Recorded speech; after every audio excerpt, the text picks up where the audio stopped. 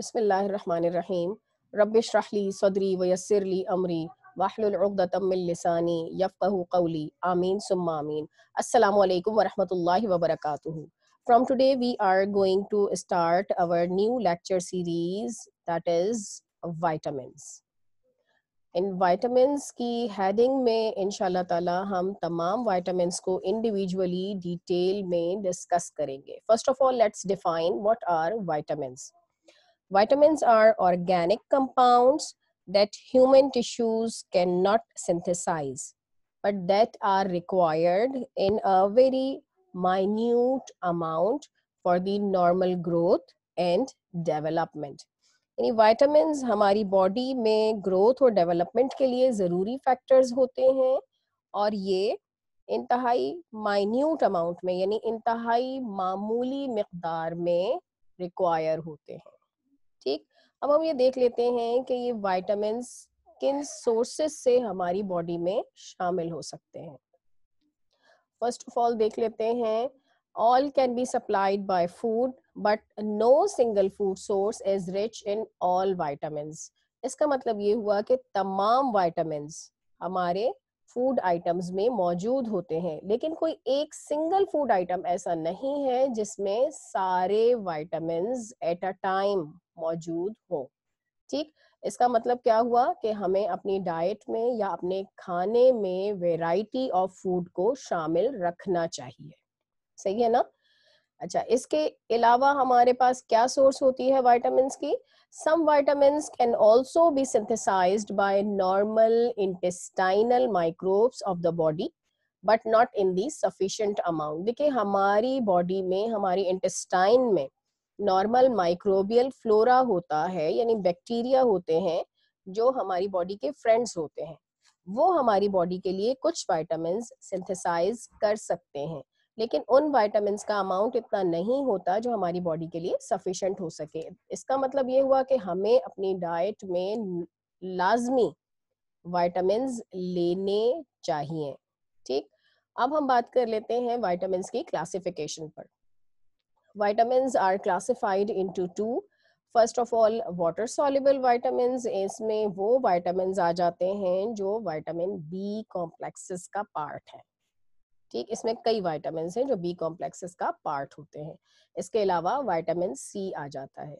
फिर इसकी second class है फैट सॉल्युबल विटामिन्स। इसमें कौन कौन से विटामिन्स आ जाते हैं? Vitamin A, vitamin D, vitamin E and vitamin के। ठीक, ये इनकी क्लासिफिकेशन हो गई। अब हम देख लेते हैं इनकी स्टोरेज किस तरह से होती है हमारी बॉडी में। Water soluble vitamins can not be stored in appropriate amount. अब चूंकि ये वाटर सॉल्युबल होते हैं, लिहाजा यूरिन की फॉर्मेशन में ये वाटर के साथ डिसॉल्व होके in the form of urine excrete हो सकते हैं। तो जो भी इनका एक्सेस अमाउंट होता है, यानी जो हमारी बॉडी में नॉर्मल फंक्शंस में यूटिलाइज नहीं होता, वो यूरिन के साथ एक्सक्रीट कर जाता है।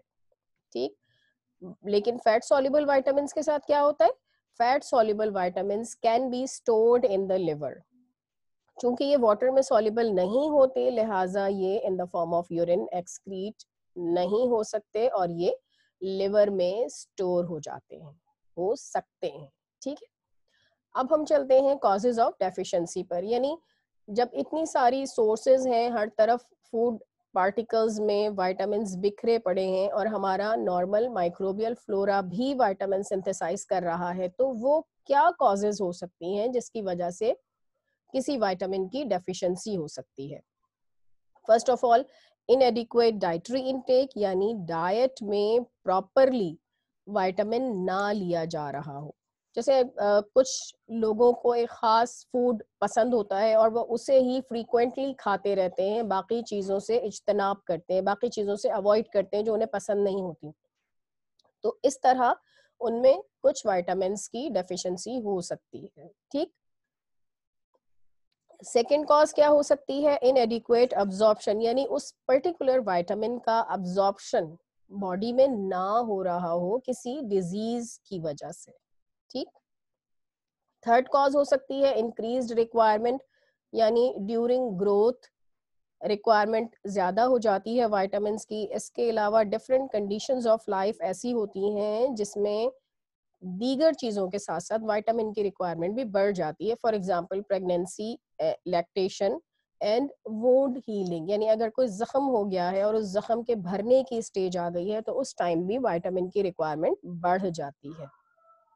फोर्थ कॉज हो सकती है इंक्रीज्ड एक्सक्रीशन, यानी किसी भी किडनी माल फंक्शन की वजह से अगर विटामिन का एक्सक्रीशन बढ़ जाए उस वक्त भी बॉडी में उस विटामिन की डेफिशिएंसी हो सकती है। फिर हम देखते हैं लास्ट हमारे पास आ जाता है ड्रग इंड्यूस्ड डेफिशिएंसी, यानी कोई मेडिसिन लेने से अगर विटामिन की डेफिशिएंसी हो रही है तो इसे हम ड्रग इंड्यूस्ड डेफिशिएंसी कहेंगे। देखिए वो विटामिन्स जो हमारी बॉडी में माइक्रोबियल फ्लोरा सिंथेसाइज करता है, अगर एंटीबायोटिक थेरेपी हो रही हो तो उस टाइम फ्रेंड माइक्रोबियल फ्लोरा भी डिस्ट्रॉय हो जाता है, जिसकी वजह से उस माइक्रोबियल फ्लोरा के थ्रू बनने वाले विटामिन की भी डेफिशिएंसी हो सकती है। इसके अलावा एक केस और मैं डिस्कस करूंगी आपके साथ। ट्यूबरक्लोसिस के पेशेंट को एक मेडिसिन दी जाती है विच इज कॉल्ड आइसोनियाजिड। ये मेडिसिन अगर कोई पेशेंट ले रहा हो तो उसकी बॉडी में पायरिडॉक्सिन फास्फेट की डेफिशिएंसी हो जाती है, क्योंकि isoniazid is an antagonist of pyridoxine phosphate. So I hope आज के लेक्चर के बाद आपके लिए विटामिन्स का इंट्रोडक्शन मुश्किल नहीं होगा। अब हमारी ये जो सीरीज चलेगी इसमें हम इंशाल्लाह तमाम विटामिन्स को इंडिविजुअली डिटेल में डिस्कस करेंगे। टिल देन अल्लाह हाफिज, अस्सलामु अलैकुम।